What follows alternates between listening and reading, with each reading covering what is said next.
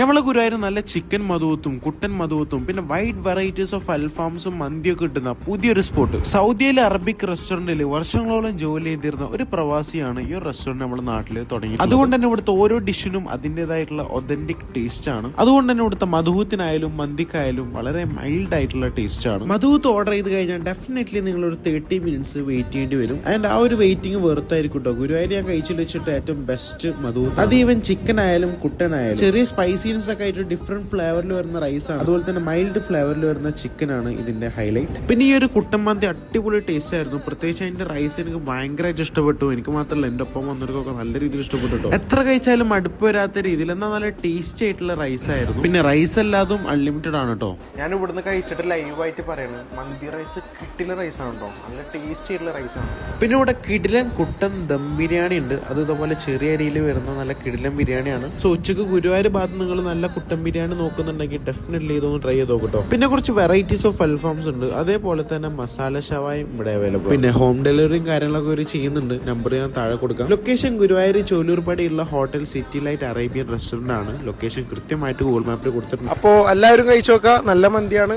So അടുത്തൊരു വീഡിയോയിൽ കാണാം.